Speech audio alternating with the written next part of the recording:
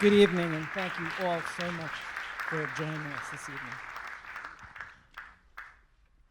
Thank you all for being here. This is so exciting to see this on with that print too. And I know, like I know, just a projected film. It's like like blood. It's like vibrating with life. It's so wonderful. That's go see. I think it's too late to see. They're projecting what is it? Peter Hujar's Day in 35, and it's really a treat. I highly recommend it. But yeah, that was such a wonderful thing. Thank you for making that effort. It really makes a difference. I'm just curious, how many have you seen it before? Not that many. Whoa, that's exciting. really interesting. So I wanted to start off giving you a little context. It's kind of interesting about independent cinema, what was happening. The year before, Sex, Lies, and Videotape had come out, and it was a phenomenal kind of reception it got commercially and critically, and it was received beautifully at Sundance Film Festival, which became this place that was really important in showcasing film, and this is the next year. And it sort of ushered in this amazing period in 90s indie cinema, and New York, particularly, as you described it, guerrilla shooting. Oh, this was guerrilla shooting. Everything that wasn't like an interior was, no rights, no like permits and stuff. They just like shot it, and it was like Christmas season, and the Deb season was actually happening, which was like kind of on the downfall, as we all learned, and they just shot a lot of things that were just like just great second unit stuff that was just stolen. About rich people with no budget. Yeah, that's what, when I read the script, I was like, this is so fresh, so different. I mean, and I love the contradiction of a low budget movie about wealthy people, but also it was so tribal. I mean, I didn't know this world at all, but it felt like it should be like in the Margaret Mead Film Festival. Yes, exactly. I mean, it's a sort of anthropological look at this very specific subset of people, and Tom, of course, being the outsider in the audience in a way, and and it was also shot in Super 16.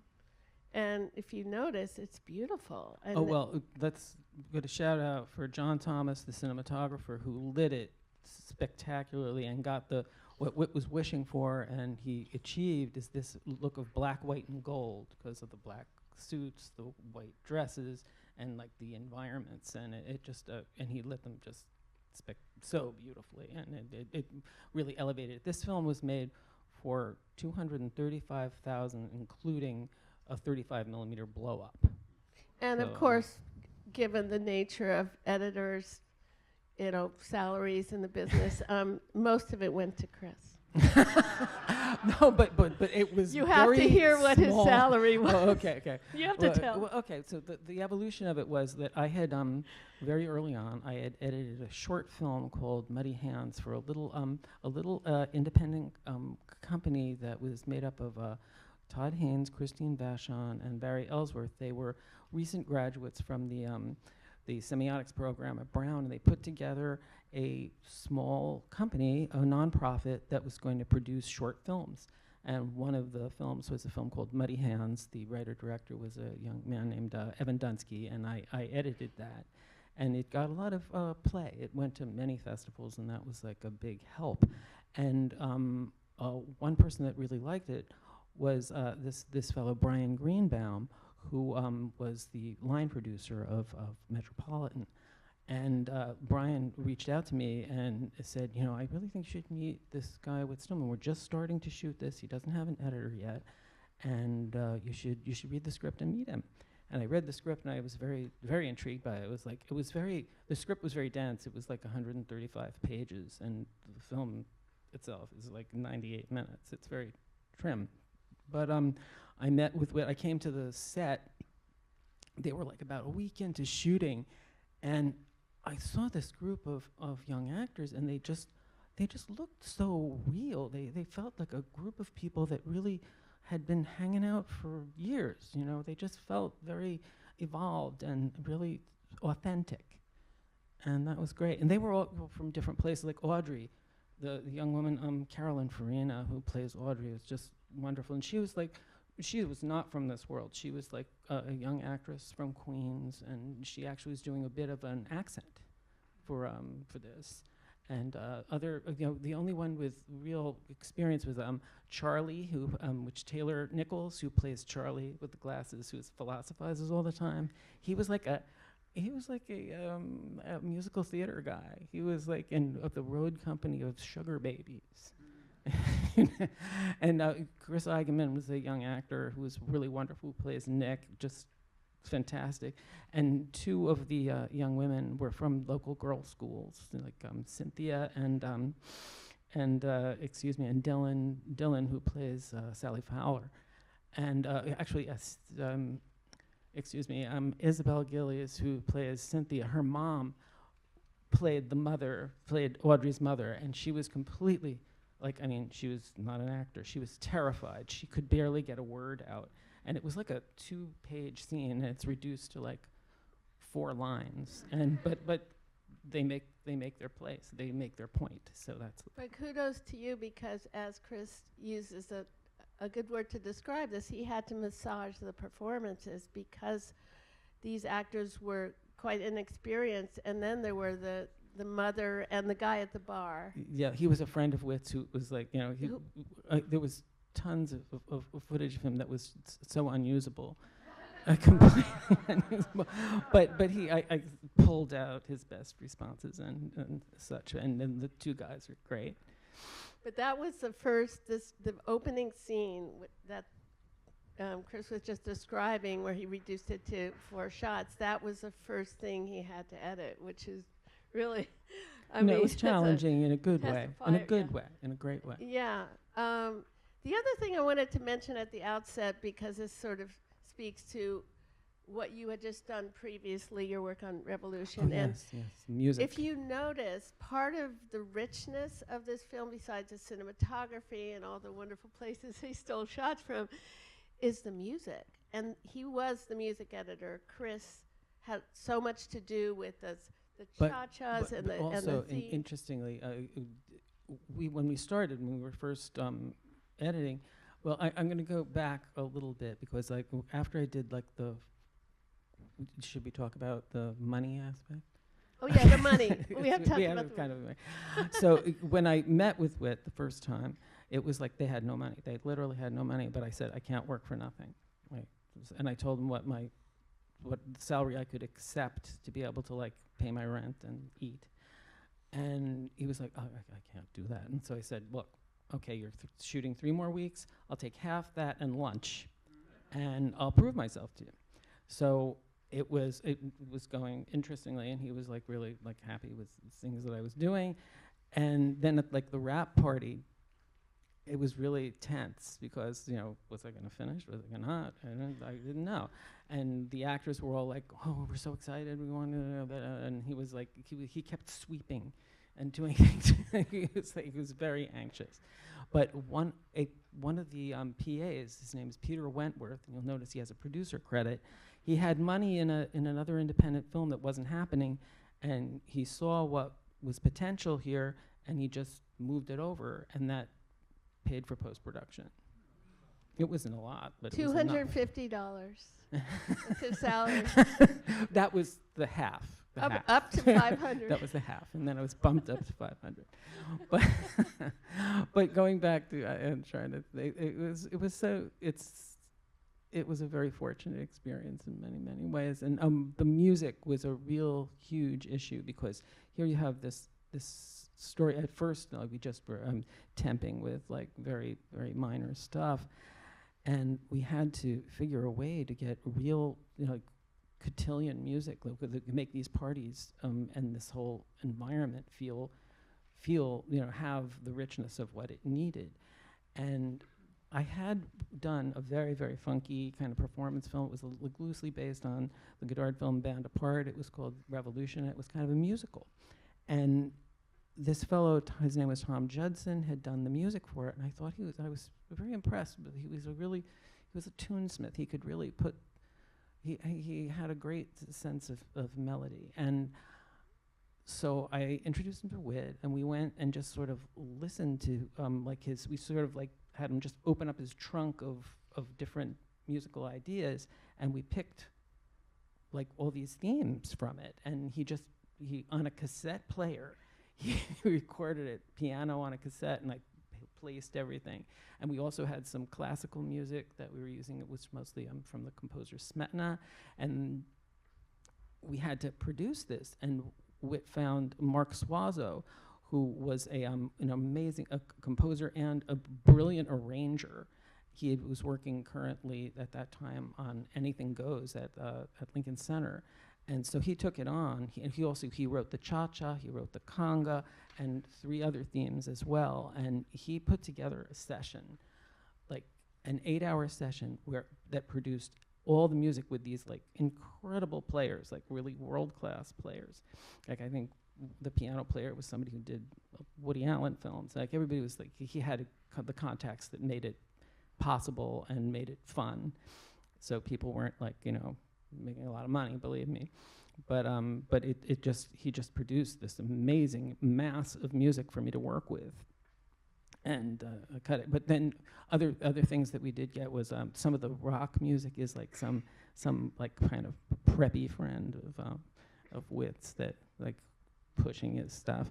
And and then the Brenda and the Tabulators, we have 2 songs that we bought that Dry Your Eyes and I Need Love. And those were, so it was a matter of, placing these and giving the themes a shape. Like the cha-cha becomes a call to Tom to draw him back in. And that's like the story of the music. You can ask me another question. But also it created incredible momentum. Oh, I mean, yeah, it needed that. Just seeing it in the theater tonight, I really was aware of it more because, just the immersive nature of being here.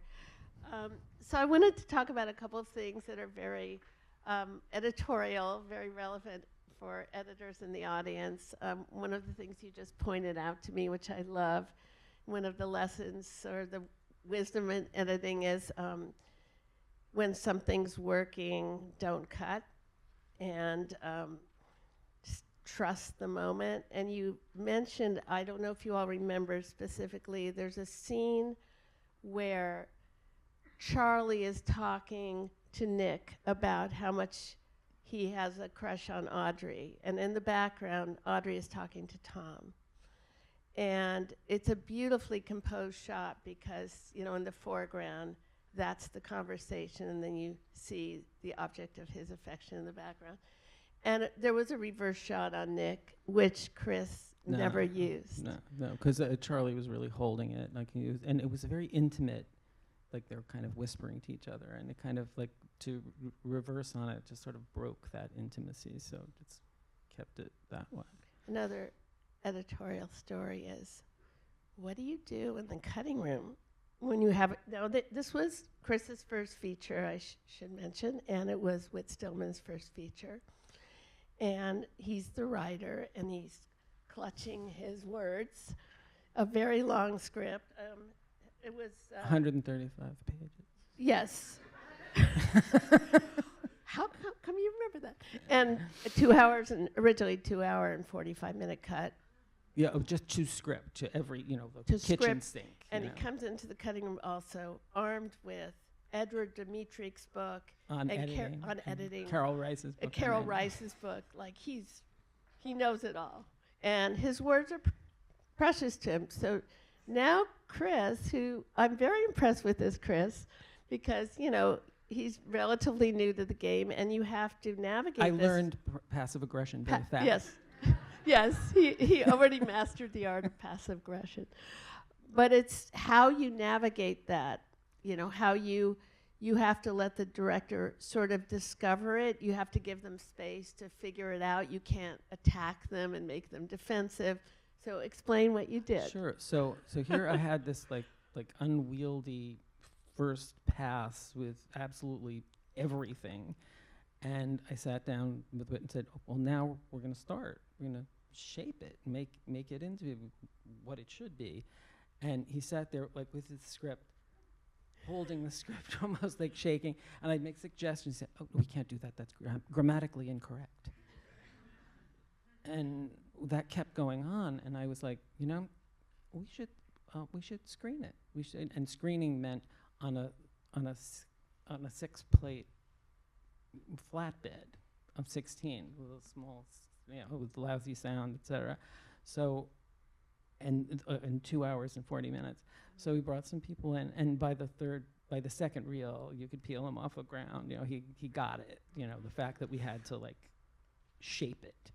And so then it was a fast learner in terms of like letting go at that point. And the whole thing is like the script is very strong, and the humor is very strong, and it was sort of making it all land and feel right, and rhythmically playing it, and the music was a great sense of elevation to get the movement. And it was the challenge was how do you make an extremely verbose piece move and engage.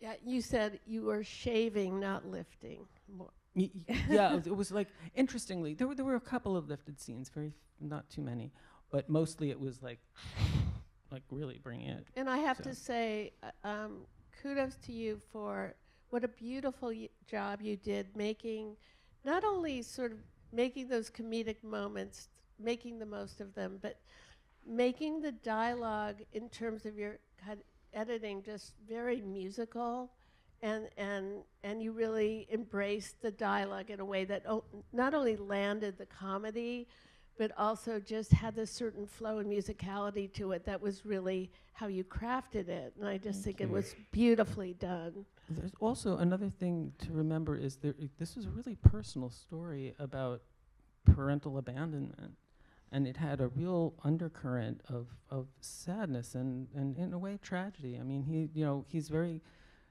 deluded all the way to the point where and Nick gives him the lowdown that there's nothing you could do about it. Your father has a new wife. And speaking to that, this is another interesting choice you made.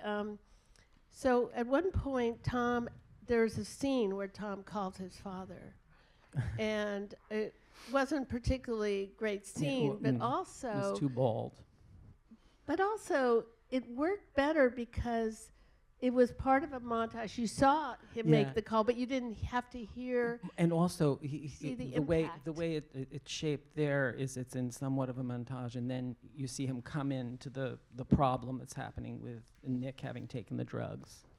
Yeah, so you see the effect of the father abandonment without it it's like showing rather than telling, and I think that was really effective. Cool. So another scene I wanted to talk about is the end, which was kind of a mess. You could see the potential of mess there, a little silly and the breaking into the Rick von Sonneker's house was a real challenging scene, and didn't work for ages until I worked it. And the key element was Audrey. She's so charming, and she has such affection for him that I just found as many of the looks that she had of admiration and love, and that and that's the last shot of it too, which gives it some weight. I mean, your eye keeps going to her in that scene, clutching the book, and she has this winsome sort of affectionate look. Yeah, Carolyn was just great. Carolyn and Chris Eigenman was really fantastic too, and Taylor Nichols. I mean, they were a terrific cast. So you were talking about the two. There's a lot of walk and talk, which is like this sort of Preston Sturges inspired thing, and then there's the set pieces with a lot of coverage. And you spoke about the scene. What's her name? It's Polly not Perkins. A real name. Polly Perkins. It's a composite, like it's New York composite. Magazine. Yes.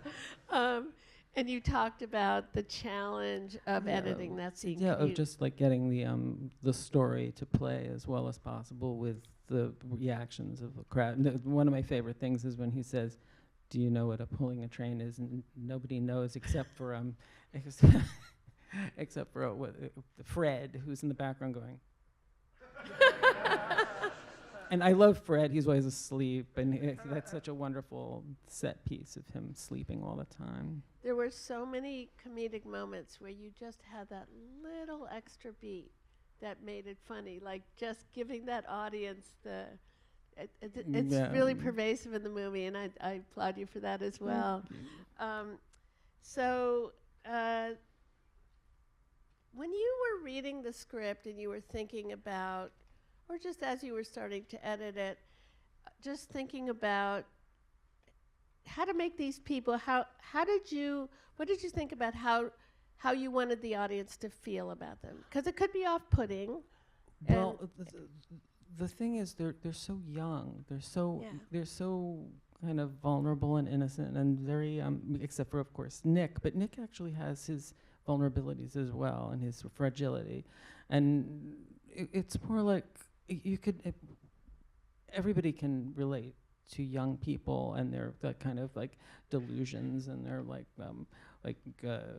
Tom's socialism, which is the kind of bullshit, but it's humorous and it's funny, and he's like his resistance to things when he's not really resisting a thing, just the complications of that, and just youth.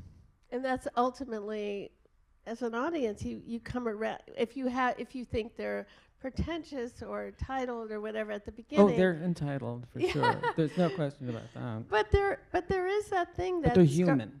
Pardon me? They're human. They're human, and I think you draw that out in how you approach the material. But it's also that this idea of sort of the doomed generation and this anxiety they have over that, but also, the folly of youth, and they think they have all the answers, and it starts to creep up on you and endear you to them because of that. That's the hope, and I think it does work. But it's interesting, in certain early screenings, like some assistants that I had worked with had came and were like, Chris, these personal films, they're not going anywhere. Maybe you should do exploitation or something. But then we had a lot of support from others and such. But what was when you first started working on it, what was your biggest concern? Music. The music. Music. I knew, oh my God, we've got to figure out the music. So at what stage during the production did you start finding that when that music was? Did you do temp music, or did you? The temp music was pretty, we used some kind of old 30s, there was the song, Picture a Penthouse. We used a little Lee Wiley. We used, the classical music was there, but it was not, redone like Mark did it. And the Gilbert and Sullivan, and there was no cha-cha, there was no conga music. They were just going, it was difficult, So we really had that. I shaped it a lot before we got in. Well, once I moved a lot of themes around with the piano that Tom had done, but then I didn't get the really final music till way late. What was the biggest challenge in terms of, so originally, by the way, the script was written more just Tom's POV, and over time he decided to make it about all four of the leads. But what was the biggest challenge in terms of the performances, would you say? I'd say the non-actors were difficult, like Mrs. Gillies, and who played the mother, plus the, Roger, who was at the bar. But actually, Tom was I worked him very hard. The wit he worked that performance to the point that, he didn't treat him very nicely, because he felt he always should be a little more insecure, a little off. And that was what I was constantly going for him always to feel a little imbalanced. Do you think he was trying to get that out of him? Oh, Or yeah. yeah, Yeah, that's what yeah. Mike Nichols did to Dustin Hoffman on The Graduate too. He tortured him so he would feel insecure. So Yeah, maybe yeah. directors do that. Oh, Uh, definitely. I have stories. So guess what? Tom ended up never acting again and became a pastor in Canada. And And Allison, maybe it's his fault. Allison Parisi, who plays Jane, she's a lawyer. So I just think that's a pretty interesting evolution to go from being the lead in this movie to being a pastor, and Yeah, that's quite probably in a very remote island. So. a remote. No, I island. just think. That's like Father Ted.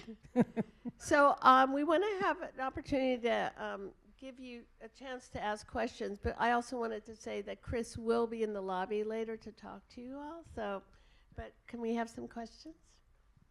Yes. So I've always loved the little interstitials of Tom alone in the bedroom, like the evolution of the photos and seeing the book and the Derringer. The toys. Yeah, I was just It's curious, tragic. like how that developed, or was it scripted? Because also it's such a great way of making such like a geographically small film feel so much bigger in the world. It was both. Some of them were scripted. Some of them were added. Like the Serena ones were added. And I just love him, like on Christmas Eve with the the Yule log. There's one thing I forgot to mention. I have two quotes. This is always very necessary when we talk about editors. So what Stillman said, he was discussing how Chris used music, and he said, actually, I'm realizing that the film is almost entirely Chris's creation in many ways. I had a lot to do with it, yes. No, and then you said to me when we were talking previously, you said, oh, he's probably kidding. No.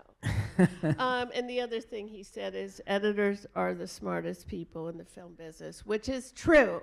Well, that's really sweet. Also, I'll say this much, just to be obnoxious, that when he was nominated for Best Original Screenplay, he did call me and say they nominate the edited screenplay, which was very, very nice. But I knew that was the last time that was going to be said. And he I'm didn't not- say it I'm not publicly. that stupid. He could have said it publicly. But that's okay. Any other questions? Yeah, Yes. I got a question over there. The mic over here. Yeah, you mentioned before that it was over an hour longer, and also kind of in relation to what this last thing you talked about. Did Whit actually ever release any of the other stuff? Because obviously there's a bunch of scenes that kind of end, and maybe they could have gone on longer, but did he put the stuff anywhere else out? No, he stuck with what we had. He didn't re-release anything. I should really, would really be interested. I was thinking I should dig through my archive, which is basically just like closets and basements, and see if I can find the old script. But they were mostly like. Anything else?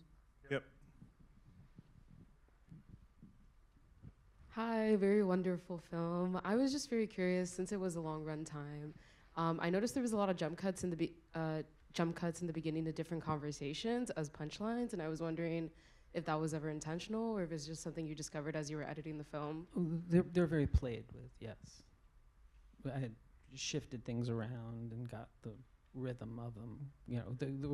There was a lot more, of that kind of like philosophizing and such. And I also kind of took down anything that felt too like agenda wise, because it could have felt a lot more conservative. Is that the word? I think. And it's not. It's fun. It's meant to be fun, and I pushed fun. Yeah, because you were talking about the politics of it, and Yeah. you tried to stay away. We never talked about it. You didn't really want to know what his politics were. You don't want to go there. It's a fun movie. Anyone else?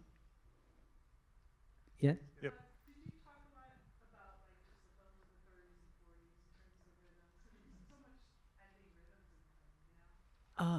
Well, of course, if you're going to think of any like Holiday or Philadelphia Story, those are the kind of things that slightly evoke. But no, it was like finding its own. It was I had to really find its rhythm. I didn't really lean on anything. And it was like, again, like I came from an art background. I like make experimental films and such, and to be faced with like just like dialogue, and also this kind of like this world that I was not familiar with, but I became much more familiar with it and tried to find its charm. You have time for one last question. I was curious about the ending. I've seen this film a few times now, and I feel the ending always sticks with me, even though we're in the Hamptons for a little while. Was there any like other ending you guys considered, or was that always your plan? And was there more Hamptons footage you wanted to, you wish you could have used? That was always the ending. Yes. But the freeze frame was with his idea. Yeah, I froze the frame. But the thing is, I mean, just the fact that they're like abandoned out there is so great. I love ending on a question. We can squeeze another question, can't we? Any other? All right, one more. This is a quick one. Just, is there any sequence or scene that you remember particularly feeling like, especially early on, you're like, this is working, or that you remember putting together and just feeling really good about it, seeing it now?